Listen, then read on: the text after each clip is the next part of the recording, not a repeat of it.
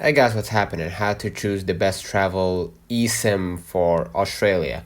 First of all, pick an eSIM that connects to a major Australian networks like Telstra, Optus, or Vodafone for the best signal. Okay.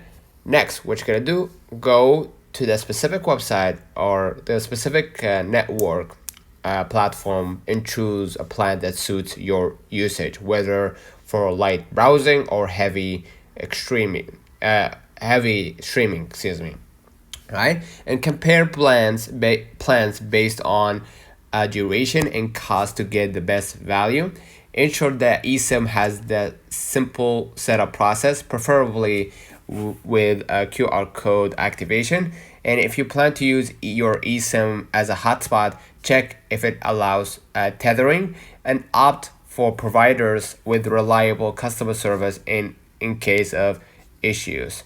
All right, top providers include Airlo or Airalo, Holafly, and Nomad and OBG.